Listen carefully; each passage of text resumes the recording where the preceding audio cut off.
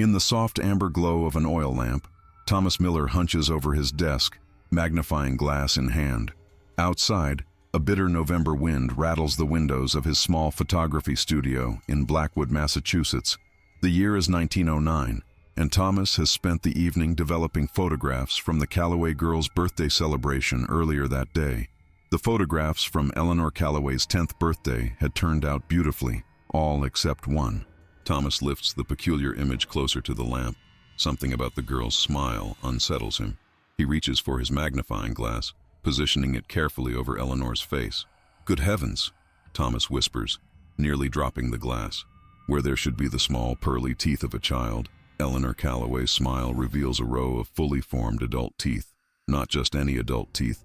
These appear unusually large, almost too perfect, too symmetrical. Thomas places the photograph down, his hands trembling slightly. How had he not noticed this when taking the portrait? He recalls Eleanor's closed-lip smile throughout the day, how her mother repeatedly instructed her to show her teeth for the photograph. Only in one image had she fully complied. The Calloways had arrived in Blackwood just 3 months prior, a wealthy family from Boston seeking the tranquility of small-town life. They purchased the old Hammond estate, a magnificent Victorian mansion that had stood empty for nearly a decade following the mysterious disappearance of its previous owners. Thomas wraps the photograph in a cloth and tucks it into his desk drawer. Perhaps tomorrow, in the clear light of day, the peculiarity would have a simple explanation. Morning brings little clarity. Thomas retrieves the photograph, examining it once more in the harsh daylight streaming through his studio windows. The unsettling nature of Eleanor's smile remains, if anything, more pronounced in the light of day. Just an oddity of development, he mutters to himself, though he knows better. Thomas Miller has been a photographer for 15 years, and never has he encountered such a strange anomaly, if it was indeed an anomaly at all. As he prepares to open his studio for the day, Thomas catches sight of Dr. William Hayes passing by on his morning rounds. Perhaps the town's only physician might shed some light on the peculiarity. "Dr. Hayes," Thomas calls, stepping onto the sidewalk. "Might I trouble you for a moment of your time?" The doctor, a stout man with spectacles perched on the end of his nose, pauses.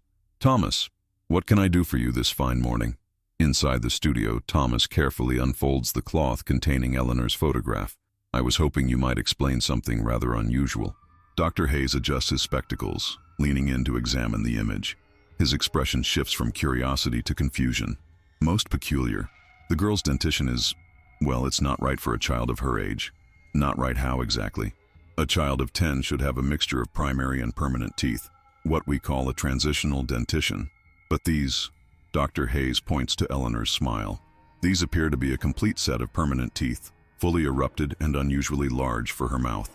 Almost as if what, doctor?" Dr. Hayes straightens up, removing his spectacles. "Almost as if they aren't her teeth at all." A chill runs down Thomas's spine. "What do you mean?" "It's likely just a peculiarity of the photographic process," Dr. Hayes says, his tone dismissive. "Perhaps a flaw in development. I wouldn't concern yourself with it." But Thomas can tell the doctor is troubled by what he's seen. As Dr. Hayes departs, Thomas notices him glancing back at the studio, his brow furrowed in thought.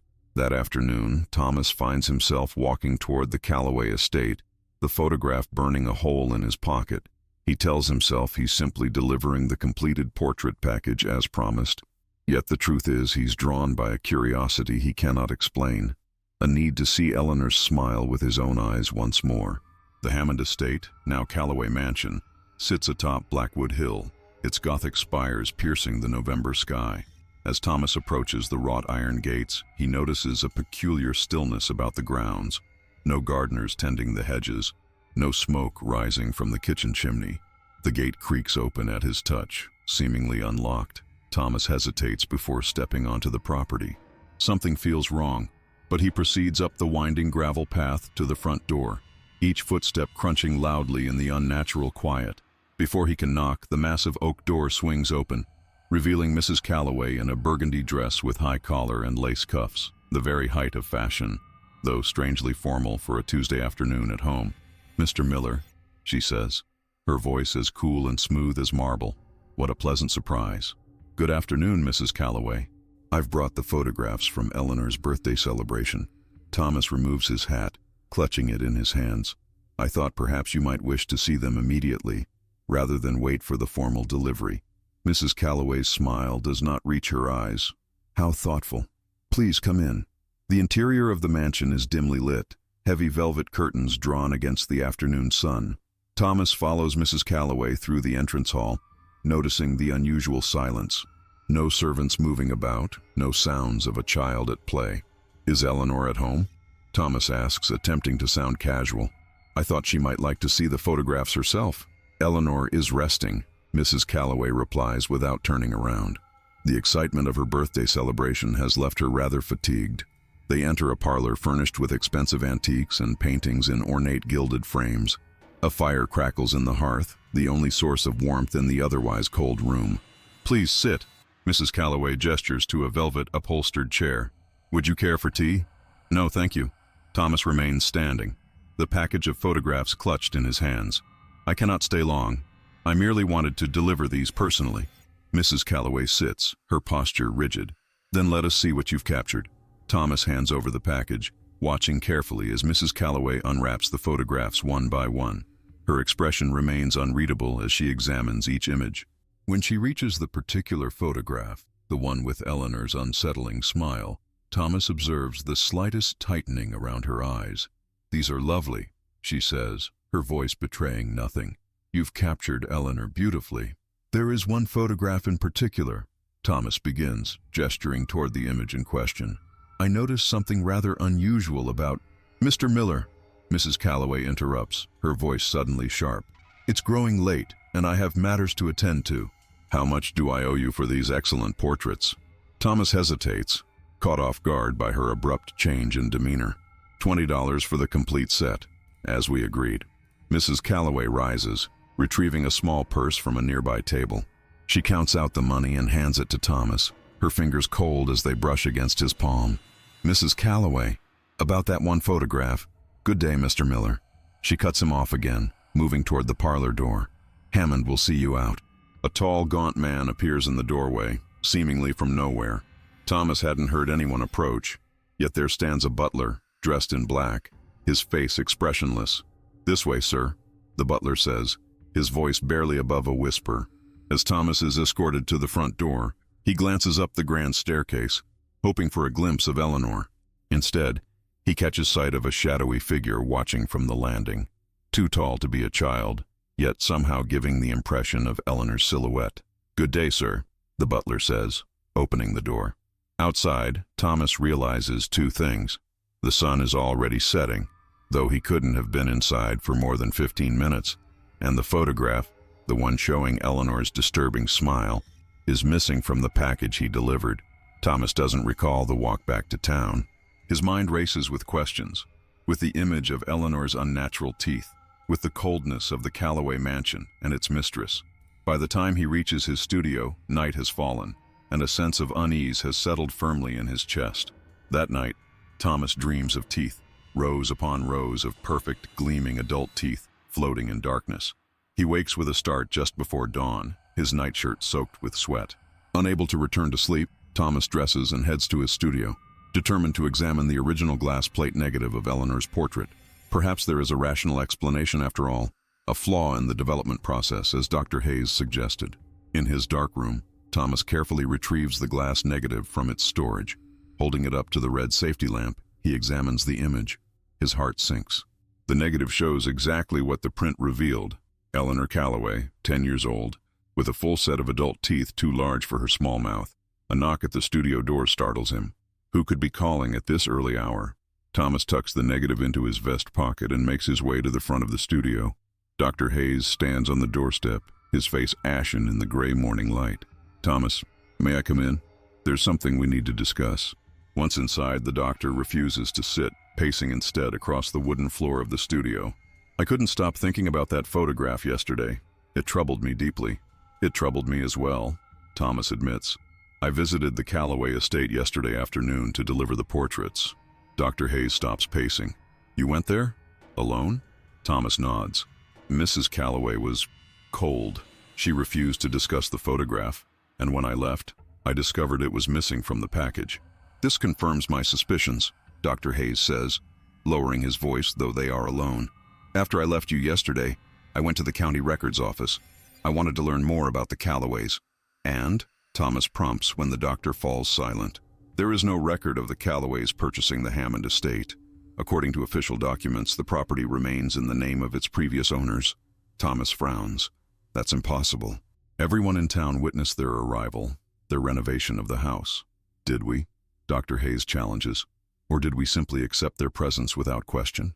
When was the last time you spoke with anyone who had actually been inside that house, apart from yourself yesterday? Thomas thinks back, realizing with growing unease that he cannot recall a single instance of anyone mentioning a visit to the Callaway mansion. There's more, Dr. Hayes continues. I found a collection of old medical journals belonging to my predecessor, Dr. Franklin.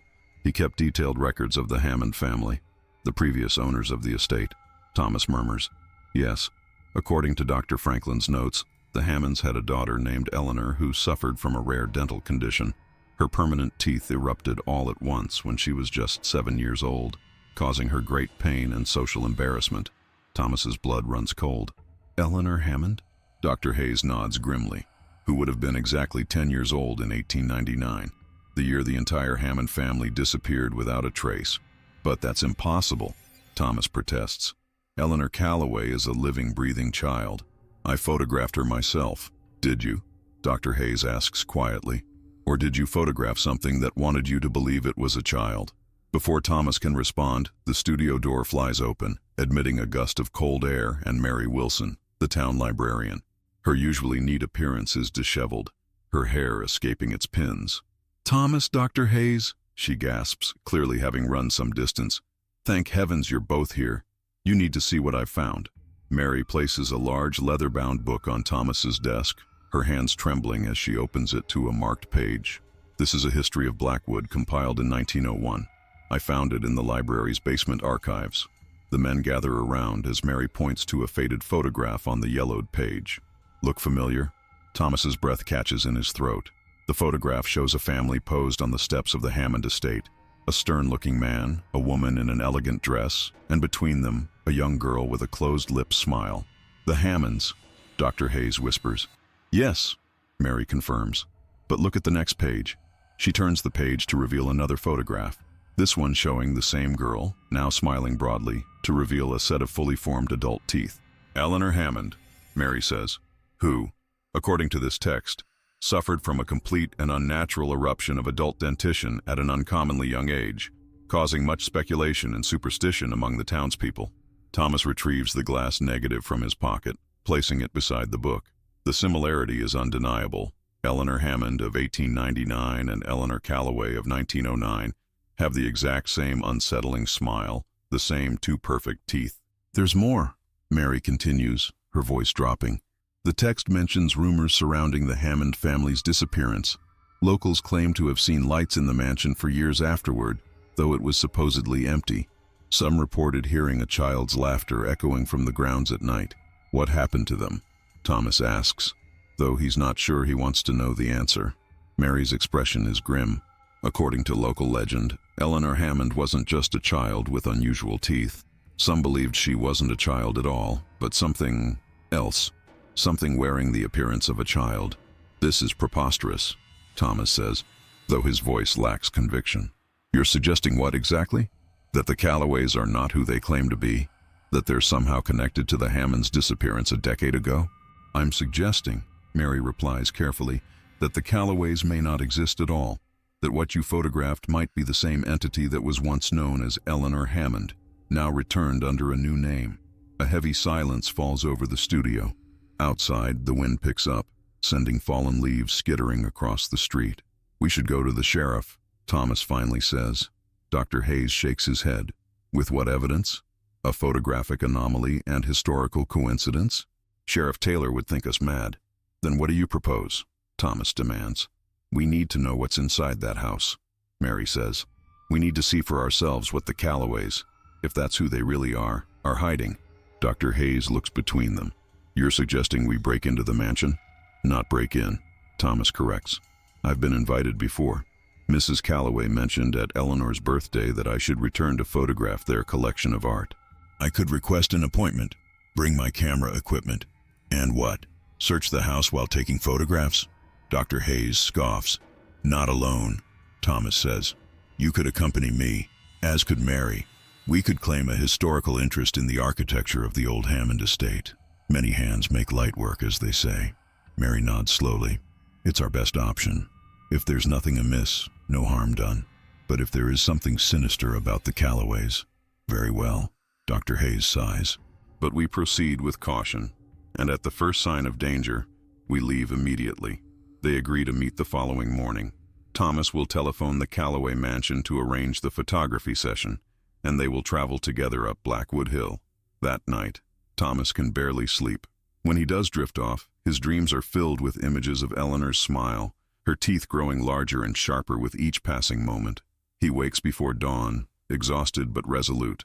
The telephone call to the Callaway mansion is answered on the first ring, as if someone has been waiting by the instrument. The butler's whispery voice agrees to Thomas's request with unsettling eagerness. Mrs. Callaway would be delighted to have you photograph the estate today. Shall we expect you at 2 o'clock? By 1:30, Thomas, Dr. Hayes, and Mary are making their way up Blackwood Hill, a wagon loaded with photographic equipment following behind them. The November day is unseasonably warm, the air still and heavy with the promise of a storm. Remember, Dr. Hayes cautions as the mansion comes into view, we are simply here to photograph the estate and its artwork, nothing more. Thomas nods, though his pocket holds more than just a light meter. He's brought the glass negative of Eleanor's portrait, as well as a small revolver borrowed from his brother-in-law. He prays he won't need to use it. The gates of the Callaway estate stand open, as if in welcome. As they approach the mansion, Thomas notices something odd about the grounds. The gardens, which had been immaculately maintained during Eleanor's birthday celebration, now appear overgrown. Weeds push through the gravel path, and the hedges are wild and unkempt. Was it like this when you visited yesterday? Mary whispers. Thomas shakes his head. No, it was perfectly maintained. This looks like months of neglect. Before they can discuss this further, the front door swings open. Mrs. Callaway stands in the threshold, wearing the same burgundy dress Thomas had seen her in the day before. Mr. Miller, she calls, her voice carrying across the grounds. How delightful of you to come, and you've brought friends. As they approach the door, Thomas makes introductions. Mrs. Callaway, may I present Dr. William Hayes and Miss Mary Wilson, our town librarian. They expressed interest in the historical aspects of your home. Mrs. Callaway's smile is tight. How fortunate. I adore sharing our home with appreciative guests. Please come in. The interior of the mansion is as Thomas remembers, dimly lit, oppressively silent. The air smells faintly of decay, like flowers left too long in a vase. Is Mr. Callaway at home? Dr. Hayes inquires politely. My husband is away on business, Mrs. Callaway replies, as he often is. And Eleanor? Thomas can't help but ask. Has she recovered from her fatigue? Something flickers across Mrs. Callaway's face. Annoyance, perhaps, or concern. Eleanor is confined to her room today. A slight fever, nothing serious. Perhaps Dr. Hayes could examine her, Mary suggests innocently. He is our town's physician, after all. Mrs. Callaway's smile vanishes entirely. That won't be necessary. Our family physician in Boston has provided instructions for her care. An awkward silence falls, broken only when Thomas clears his throat. Shall we begin with the photography? I thought perhaps the grand staircase would make a magnificent first subject. Mrs. Callaway's smile returns, though it doesn't reach her eyes. Of course. Hammond will assist with your equipment while I give Dr. Hayes and Miss Wilson a tour of the ground floor. The gaunt butler appears, as silently as before, and begins unloading Thomas's camera equipment from the wagon. Thomas notices the man's hands, long-fingered and pale, with nails that seem more like claws. As Mrs. Callaway leads Mary and Dr. Hayes toward the east wing of the mansion, Thomas sets up his camera at the base of the grand staircase. He works slowly, adjusting his equipment with meticulous care while keeping one eye on the landing above. The shadowy figure he glimpsed yesterday doesn't reappear, but he can't shake the feeling of being watched. Hammond stands nearby, unnervingly still. Will you require additional lighting, sir? The butler inquires, his voice barely audible. Yes, please, Thomas replies, seizing the opportunity. Would you be so kind as to open the curtains, and perhaps fetch any oil lamps you can spare? As the butler moves to obey, Thomas quickly extracts the glass negative from his pocket. He holds it up to the light, comparing the image to the staircase before him. There, on the 10th step, is a small mark, a stain or scratch on the wood that appears in both the negative and the actual staircase. Thomas's heart races. The staircase in Eleanor Hammond's home from 1899 is the exact same staircase he's photographing now in 1909. This confirms at least part of their suspicions. The Callaways didn't renovate the Hammond estate. They simply moved into it, claiming it as their own. When Hammond returns with several oil lamps, Thomas is carefully adjusting his camera. "Thank you," he says, noticing how the butler's shadow on the wall seems disproportionately large. "These will do nicely. Mrs. Callaway suggests you might wish to photograph the library next," Hammond intones. "It houses our most valuable art pieces." "Excellent suggestion," Thomas agrees, though he has no intention of following the prescribed tour. "I'll just finish here first." As Hammond retreats to the shadows at the edge of the entrance hall, Thomas pretends to focus on his photography while actually studying the upper landing. According to the floor plan Mary had found in the historical archives, Eleanor Hammond's bedroom had been in the west wing, third door on the right. If the Callaways are indeed connected to the Hammonds, it stands to reason they would maintain the same living arrangements, which means Eleanor Callaway, or whatever she might truly be, could be behind that very door right now. Thomas captures several images of the staircase, working with deliberate slowness. When he finally hears the voices of Mary, Dr. Hayes, and Mrs. Callaway returning from their tour, he makes his decision. "Mrs. Callaway," Thomas calls, "I wonder if I might photograph the upper landing as well. The perspective from below creates a magnificent composition." Mrs. Callaway hesitates, her eyes darting to the west wing. "I suppose that would be acceptable, though please limit yourself to the landing. The family's private quarters are not to be disturbed." "Of course," Thomas assures her. "Dr. Hayes, would you mind assisting me with the equipment upstairs?" The doctor catches Thomas's meaningful look. "Happy to help." As they carry the camera and tripod up the grand staircase, Dr. Hayes whispers, "What have you discovered?" "The staircase is identical to one in a photograph of the Hammond family from 1899, Thomas replies under his breath. "The Callaways didn't renovate. They simply moved in." Dr. Hayes's expression darkens. "Mary found something as well. A family portrait in the drawing room. Mrs. Callaway tried to prevent her from examining it closely, but Mary is certain the woman in the painting is wearing a brooch with the Hammond family crest." They reach the landing, setting up the camera with a clear view of the west wing corridor. "Eleanor's room would be the third door on the right," Thomas murmurs, adjusting the lens. "According to the historical records of the Hammond estate." "You're not thinking of—" Dr. Hayes begins, but Thomas cuts him off with a slight shake of his head as Mrs. Callaway ascends the stairs. "Is everything to your satisfaction, gentlemen?" she inquires, her voice echoing in the cavernous space. "Yes, thank you," Thomas replies, focusing the camera. "The architecture is truly remarkable. Those door frames, for instance. Solid oak, are they not?" "Indeed," Mrs. Callaway says, her eyes never leaving Thomas. "Hand-carved by artisans brought from Europe by the original owners." "Fascinating," Dr. Hayes chimes in. "Speaking of the original owners, I understand this was once the Hammond estate. Such a tragedy, their disappearance." Mrs. Callaway's posture stiffens. "Ancient history, Doctor. Blackwood has moved beyond such morbid fascinations, has it not?" Before Dr. Hayes can respond, a sound comes from behind the third door on the right. A soft thump, followed by what might be a child's laughter. "Eleanor seems in good spirits for someone with a fever," Thomas observes, unable to help himself. Mrs. Callaway's face hardens.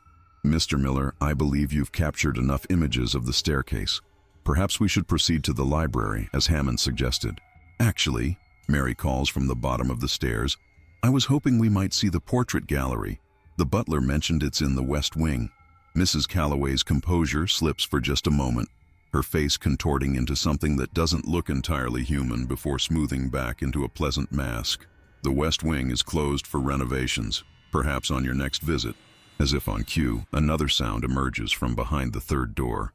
A scratching, like nails against wood, followed by a child's voice. "Mother, are the guests here to play with me?" The voice is sweet, innocent, yet something about it raises the hair on Thomas's neck. Mrs. Callaway's eyes widen in what looks like fear. "Eleanor, darling," she calls, her voice strained. "You must rest. The doctor says no visitors while you have a fever." "But I'm hungry, Mother," the voice replies, no longer sweet but petulant. "You promised I could have another one today." Dr. Hayes takes an involuntary step back, bumping into the camera tripod. The heavy equipment teeters precariously before Thomas steadies it. "I think," Mrs. Calloway says, her voice suddenly cold as winter ice, "that it's time for you all to leave." "Of course," Thomas agrees, making a show of packing up his equipment. "We've imposed on your hospitality long enough." As Thomas and Dr. Hayes descend the stairs, joining Mary at the bottom, Mrs. Calloway remains on the landing, watching them with unblinking eyes. Hammond appears from the shadows, moving to open the front door. "Thank you for allowing us to visit your beautiful home," Mary says, her voice steady despite the tension.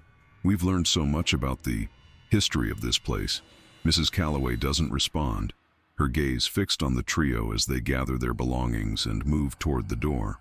Just as they're about to step outside, Eleanor's voice calls out again, closer now, as if she's just behind the landing wall. "Mother, they smell delicious. May I have just a small bite?" Thomas turns back, his blood freezing at what he sees. Mrs. Calloway is no longer alone on the landing. Beside her stands Eleanor, her golden curls perfectly arranged, her blue dress immaculate. She smiles down at the visitors, revealing that same set of two perfect adult teeth. But it's her eyes that hold Thomas transfixed.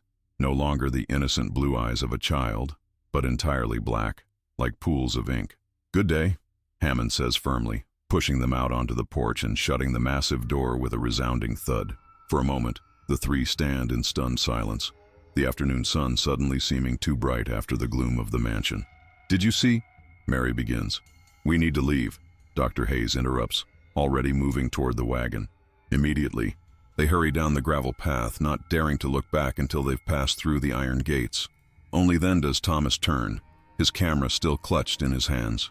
The Calloway mansion, the old Hammond estate, stands silent on the hill, its windows dark despite the afternoon sun. For just a moment, Thomas thinks he sees a small figure watching from an upper window, a child-sized silhouette with the unmistakable glint of teeth. "Thomas, come on," Dr. Hayes calls from the wagon. "We need to get back to town before nightfall." The journey down Blackwood Hill is tense and silent, each lost in their own thoughts. Only when they reach the safety of Thomas's studio do they speak of what they've witnessed. "Those weren't human eyes," Mary says, her hands trembling as Thomas pours her a small glass of brandy. "No child has eyes like that." "And that voice," Dr. Hayes adds, accepting his own glass. "When she said she was hungry, that she wanted another one, she meant another victim." Thomas finishes grimly. "The Hammonds didn't disappear. They were consumed, and now the Calloways, if they ever existed at all, have met the same fate." "But what is she?" Mary asks, her voice barely above a whisper. "What kind of creature pretends to be a child, lives in that house, and feeds on people?" Dr. Hayes removes his spectacles, rubbing the bridge of his nose. "Folklore speaks of many such entities. Changelings, mimics, shapeshifters that take the form of children to lure in victims. Whatever she is," Thomas says, retrieving the glass negative from his pocket, "I captured her true nature in this photograph. Those teeth aren't just adult teeth, they're a predator's teeth, designed for tearing flesh." A sudden gust of wind rattles the studio windows.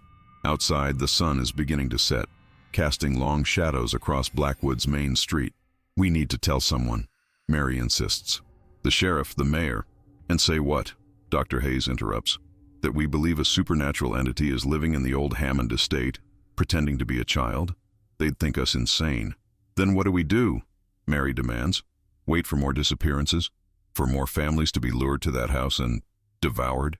Thomas stares at the negative in his hand, the image of Eleanor's unnatural smile. "We need evidence, proof that cannot be disputed." "What sort of proof?" Dr. Hayes asks warily. "I need to go back," Thomas says, his decision forming even as he speaks. "Tonight, I need to photograph what's really happening in that house." "That's madness," Dr. Hayes protests. "You saw what we were dealing with. If you go back, you'll never return." "Not alone," Thomas clarifies, "and not through the front door." Mary mentioned that the historical archives contain detailed floor plans of the Hammond estate, including servants' entrances and a hidden passageway from the old gardener's cottage to the main house. Mary's eyes widen. Yes, it was designed as an escape route during harsh winter storms. But Thomas, even with a secret entrance, it's too dangerous. "We can't simply do nothing," Thomas argues. "What if they leave? What if Eleanor decides Blackwood has become too dangerous and the Callaways mysteriously disappear, only to resurface in another town under another name? How many more victims will there be? A heavy silence falls over the studio. Outside, the street lamps flicker to life as dusk deepens into evening. If we do this, Dr. Hayes finally says, we go prepared, and we bring the sheriff. Sheriff Taylor won't believe us without evidence, Thomas counters. Then we bring evidence, Mary suggests. I can return to the archives, find newspaper accounts of the Hammond disappearance, and there must be records of the Callaways' arrival, property deeds, introductory letters. If no such records exist, it won't be enough, Thomas sighs. We need to see what's inside that house, what's behind that third door in the west wing. Dr. Hayes stands, his decision made. Very well, but we wait until tomorrow night. We need time to prepare, to study the floor plans, to gather whatever weapons might be effective against whatever she is. Tomorrow night, Thomas agrees, though a sense of urgency gnaws at him. But no later. I fear each day we delay puts more lives at risk.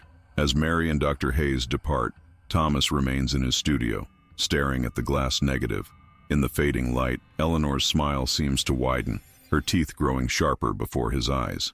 He blinks and the illusion vanishes, yet the unease remains. That night, sleep eludes Thomas. He sits by his bedroom window, watching the distant silhouette of the Callaway mansion on Blackwood Hill. No lights shine from its windows. No sign of life disturbs its dark facade. Yet Thomas knows the house is not empty. Something waits within those walls. Something hungry. Something patient. Morning brings a leaden sky and the promise of rain. Thomas opens his studio to find Dr. Hayes waiting on the doorstep, his medical bag in hand. You look terrible, the doctor observes, following Thomas inside. Did you sleep at all? Not much, Thomas admits, setting about making coffee. I kept thinking about Eleanor, or whatever she is, about her teeth, her eyes. Dr. Hayes places his bag on the counter, opening it to reveal not medical instruments but a revolver, similar to the one Thomas borrowed, and several glass vials of clear liquid. Holy water, the doctor explains, noting Thomas's questioning look. And silver bullets. I spent the night researching folklore regarding creatures that mimic human form. The accounts vary widely, but certain elements remain consistent. Thomas eyes the items skeptically. You believe these will be effective? I believe in being prepared, Dr. Hayes replies. Mary is at the archives now, gathering the floor plans and any additional information that might help us tonight. A knock at the studio door interrupts their conversation. Thomas opens it to find not Mary, as expected, but Mrs. Callaway standing on the threshold, her burgundy dress immaculate despite the misty rain that has begun to fall. Mr. Miller, she says, her voice as cold as her smile. I believe you have something that belongs to me. Thomas's throat goes dry. Behind him, he hears Dr. Hayes quickly closing his medical bag. Mrs. Callaway, this is unexpected. What brings you to town on such an inclement morning? Her eyes, brown human eyes, yet somehow empty of warmth, fix on his face. The photograph, Mr. Miller, the one you took of my daughter, I find it's missing from the set you delivered. Thomas forces a smile. A simple oversight, I assure you. I have several prints still in development. If you'd care to step inside, I can check my files. Mrs. Callaway remains on the doorstep, the rain seemingly having no effect on her perfectly arranged hair. That won't be necessary. I merely require the glass negative. Eleanor is quite particular about her portraits, you understand. She feels this one doesn't capture her true nature. I understand completely, Thomas says, fighting to keep his voice steady. Unfortunately, the negative is at my secondary studio. I'd be happy to have it sent to your home this afternoon. Mrs. Callaway's smile tightens. You misunderstand, Mr. Miller. I am not leaving without that negative. Dr. Hayes steps forward, positioning himself beside Thomas. Mrs. Callaway, what a pleasure to see you again. I trust Eleanor's fever has improved? Her gaze shifts to the doctor, something predatory flashing in her eyes. Dr. Hayes, yes, Eleanor is much recovered, thank you. In fact, she was quite disappointed when your visit was cut short yesterday. She so rarely has the opportunity to make new friends. The way she says friends sends a chill down Thomas's spine. There's hunger in her voice, barely disguised. Perhaps another time, Dr. Hayes says smoothly. Thomas and I were just discussing a rather urgent medical matter, a strange malady affecting several families in town. Symptoms include unusual appetite and altered eye coloration. Most peculiar. Mrs. Calloway's posture changes subtly, a tensing like a cat preparing to pounce. How fascinating. I do hope it's not, contagious. That remains to be determined, Dr. Hayes replies. Now, if you'll excuse us, we have patients to attend to. For a moment it seems Mrs. Calloway might force her way inside. Then, abruptly, she steps back. Very well, but I expect that negative delivered by sunset, Mr. Miller. Eleanor will be most disappointed if it's delayed. Of course, Thomas assures her, already closing the door. By sunset. As soon as the door is shut, Thomas leans against it, his heart pounding. Through the window, he watches Mrs. Calloway walk down the street, her gait too smooth, too measured to be entirely human. She knows, Dr. Hayes whispers. She knows we suspect something, which means we can't wait until tomorrow night. Thomas realizes. We need to go today, as soon as possible, before they have time to disappear, or worse. Dr. Hayes nods grimly. I'll find Mary at the archives. Meet us at my home in 1 hour. Bring your camera and anything else that might serve as evidence. And, Thomas, he adds, his expression grave, be careful. I don't think Mrs. Calloway came alone. After Dr. Hayes departs, Thomas gathers his equipment with shaking hands. He selects his most reliable camera, extra flash powder, and the glass negative of Eleanor's portrait, which he tucks securely into his pocket. As an afterthought, he retrieves a silver letter opener from his desk, a gift from his father years ago. Before leaving the studio, Thomas pauses to write a brief note, explaining their suspicions and intentions, addressing it to his sister in Boston. If they don't return from the Calloway mansion, at least someone will know what became of them. The walk to Dr. Hayes' home takes Thomas through Blackwood's town square. The rain has intensified, driving most residents indoors, yet Thomas can't shake the feeling of being watched. Twice he turns, certain he'll find someone following, only to see empty streets glistening with rain. Dr. Hayes' house sits on the edge of town, a modest 2-story structure with a small medical office attached. Thomas finds Mary and the doctor in the parlor, surrounded by maps and historical documents spread across a large oak table. Thomas, Mary greets him, her face pale but determined. We found something important. She points to a yellowed newspaper dated November 15th, 1899, exactly 1 decade ago. The headline reads, Hammond family missing, foul play suspected. According to this article, Mary explains, the Hammonds were last seen at a dinner party they hosted on November 12th. Guests reported that Eleanor Hammond appeared ill, with unusual pallor and disturbing behavior. When friends called at the estate the following day, they found the house empty, though all personal belongings remained. November 12th, Thomas repeats. That's tomorrow's date. Dr. Hayes nods gravely. And there's more. Mary found records of similar disappearances dating back nearly a century, all following the same pattern. A wealthy family with a young daughter moves into a large home, hosts a gathering where the child behaves strangely, and then the entire family vanishes, only for a new family to appear in the same home years later. Always with a daughter of the same age, Mary adds. Always with the same name, Eleanor. Thomas's blood runs cold. So whatever this entity is, it's been feeding on families for generations, always maintaining the same disguise, and always moving on after a decade in one location, Dr. Hayes confirms, which means the Calloways, or what's pretending to be the Calloways, are likely preparing to disappear very soon. Tonight, Thomas says with certainty, Mrs. Calloway's insistence on having the negative by sunset, her mention of Eleanor being disappointed, they're planning something for tonight.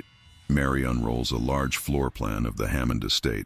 Here's our best chance, she says, pointing to a small structure at the edge of the property. The gardener's cottage connects to the main house via an underground passage, originally built as a storm shelter. The entrance should be hidden beneath a trapdoor in the cottage floor, and it leads directly to the cellar of the main house, Dr. Hayes adds. From there, we can access the west wing without being seen, assuming the passage is still intact. Thomas studies the floor plan, memorizing the route. What about weapons? If folklore is to be believed, we may need more than just silver and holy water.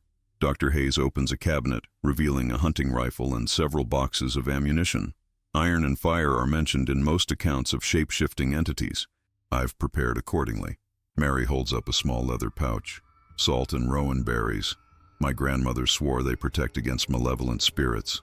Under different circumstances, Thomas might have scoffed at such superstitions. Now, he merely nods, grateful for any potential advantage. When do we leave? Immediately, Dr. Hayes decides. We'll take my carriage to the edge of the property, approach the gardener's cottage on foot. With luck, we'll be inside the main house before dusk. The journey to Blackwood Hill is tense and silent. The rain continues to fall, obscuring the landscape and providing welcome cover as they approach the Calloway estate. Dr. Hayes leaves his carriage hidden among trees a quarter-mile from the property line, and the trio proceeds on foot, skirting the main entrance and circling toward the old gardener's cottage. The cottage stands in a state of neglect, its roof partially collapsed, windows broken. Unlike the main house, no one has maintained this structure for years. Stay alert, Dr. Hayes whispers as they approach the sagging door. If Mrs. Calloway came to town this morning, she may have returned by now. Thomas tests the door, which swings open with a groan of rusted hinges. Inside, the cottage is a single room, empty save for a rotting table and the remnants of a bed frame. Rain drips through holes in the ceiling, forming puddles on the dirt floor. The trapdoor should be here, Mary says, consulting the floor plan by the dim light filtering through broken windows. Beneath the hearthstone, together, they push aside the heavy stone to reveal a square opening and a set of steep stairs descending into darkness. Thomas lights a lantern, holding it over the opening. The passage below is narrow but intact, its earthen walls supported by wooden beams darkened with age. "I'll go first," Thomas volunteers, already lowering himself into the opening. Then Mary, with Dr. Hayes bringing up the rear. The passage is cold and damp, the air thick with the smell of mold and something else. Something metallic and unpleasant that reminds Thomas of a butcher's shop. They proceed slowly, the lanterns glow, casting long shadows that seem to move independently of their movements. After what feels like an eternity, the passage ends at another set of stairs leading up to a trap door. Thomas hands the lantern to Mary and climbs the stairs, pushing against the trap door with his shoulder. It resists at first, then gives way with a shower of dust and debris. Thomas emerges into what appears to be a wine cellar, its walls lined with racks of bottles covered in cobwebs. He helps Mary and Dr. Hayes up, then quietly closes the trapdoor, concealing it beneath an old carpet. "We're in," he whispers, retrieving his camera from its case. According to the floor plan, the west wing staircase should be accessible through the kitchen, 2 rooms to the north. They move cautiously through the cellar and up a narrow servant's staircase, emerging into a large, antiquated kitchen. Unlike the rest of the house Thomas had seen, this room shows signs of neglect: dusty countertops, cold hearth, pantry shelves empty of food. "It appears the Calloways don't use this part of the house," Dr. Hayes observes. "Or perhaps they don't eat conventional meals." A doorway leads from the kitchen to a dimly lit corridor. Thomas recognizes it as the back passage that servants would have used to move unobtrusively through the house. Following the floor plan from memory, he leads them toward the west wing. As they near the main part of the house, the atmosphere changes. The air grows colder, the silence deeper. No creaking floorboards, no ticking clocks, an absence of the normal sounds that animate a living home. They reach the bottom of the west wing staircase without encountering anyone. Thomas pauses, listening intently. From somewhere above comes a soft humming, a child's voice singing a melody he doesn't recognize. "Eleanor," Mary breathes, her face pale in the lantern light. "Remember why we're here," Dr. Hayes whispers. "We need evidence of what's happening in this house, proof of what these creatures are." Thomas readies his camera. "The third door on the right, that's where we heard Eleanor yesterday." They ascend the stairs with painful slowness, wincing at every creak of the aged wood. The humming grows louder, interspersed now with words Thomas can't quite make out. A lullaby, perhaps, but in no language he recognizes. At the top of the stairs, they pause again. The west wing corridor stretches before them, lined with closed doors. The third on the right is slightly ajar, a sliver of reddish light spilling onto the carpet. "Stay behind me," Thomas instructs, moving forward with his camera raised. The silver letter opener presses reassuringly against his chest, tucked into his inner pocket. As they approach the door, the humming stops abruptly. Thomas freezes, certain they've been discovered. Then the singing resumes, louder now, as if inviting them closer. Thomas positions himself beside the partially open door, peering through the gap. What he sees makes his blood run cold. The room beyond is Eleanor's bedroom, but not as a child would keep it. The walls are covered with drawings, crude, disturbing images of human figures with their limbs distorted, their mouths open in silent screams. The floor is littered with objects: dolls with their heads removed, small articles of clothing, and what appear to be human teeth arranged in concentric circles. In the center of the room sits Eleanor, her back to the door. She rocks back and forth, continuing her eerie lullaby as she bends over something in her lap, something Thomas can't quite see. He raises his camera, capturing the scene with a silent exposure. The flash powder remains unlit. He dare not alert her to their presence with a bright flash. Eleanor's head tilts, as if sensing their presence. "Is that you, Mother?" she calls, her voice childlike, yet somehow wrong. "Have you brought me another one?" Thomas gestures frantically for Mary and Dr. Hayes to retreat. They back away from the door, moving silently toward the staircase. Thomas follows, his heart pounding so loudly he's certain it will give them away. They've nearly reached the stairs when a floorboard creaks beneath Dr. Hayes's foot. The sound, slight as it is, echoes in the silent corridor. Eleanor's singing stops. "I smell you," her voice calls, no longer childlike but deep and rasping. New friends come to play with Eleanor. The door to her room flies open, slamming against the wall with supernatural force. In the doorway stands Eleanor, or the creature pretending to be Eleanor. Her golden curls remain perfect, her blue dress immaculate, but her face is changing, elongating, the skin stretching to accommodate the growing teeth that now extend past her chin. "Run!" Thomas shouts, abandoning all pretense of stealth. He fumbles for the flash powder, igniting it as he captures one more photograph of the transforming creature. The brilliant flash illuminates the corridor for an instant, revealing Eleanor's true form in stark detail, a skeletal, elongated figure with too many joints, too many teeth, and those same ink-black eyes. Eleanor, the thing that is not Eleanor, screams, a sound like metal scraping metal. She covers her eyes, momentarily blinded by the flash. Thomas, Mary, and Dr. Hayes flee down the stairs, no longer concerned with silence. They race through the corridor toward the kitchen, toward the cellar and the passage that will lead them to safety. Behind them, Eleanor's inhuman shriek is joined by another voice. Mrs. Calloway, though her voice too has changed, becoming deeper, guttural. "They know, child. They've seen. Catch them, quickly." They reach the kitchen, Dr. Hayes in the lead, Mary close behind. Thomas follows, stopping only to barricade the door with a heavy cabinet, buying them precious seconds. The trap door to the cellar is just as they left it. Dr. Hayes helps Mary down, then turns to Thomas. "Hurry! They're coming!" From beyond the barricaded door comes a splintering crash. Thomas ignites another flash, capturing the image of the door giving way, of elongated limbs pushing through the gap. "Thomas, now!" Dr. Hayes shouts, raising his rifle toward the breaking door. Thomas descends the stairs, Dr. Hayes following close behind. They pull the trap door shut, just as something heavy slams against it from above. A sound of claws, or impossibly long fingernails, scratches at the wood. "The passage!" Thomas gasps, leading them through the wine cellar toward the underground tunnel. "Quickly!" They race through the darkened passage, the lantern swinging wildly, casting frantic shadows on the earthen walls. Behind them, the sound of pursuit grows louder, skittering, inhuman movements, too fast to belong to anything natural. "It's gaining on us," Mary pants, her face white with terror.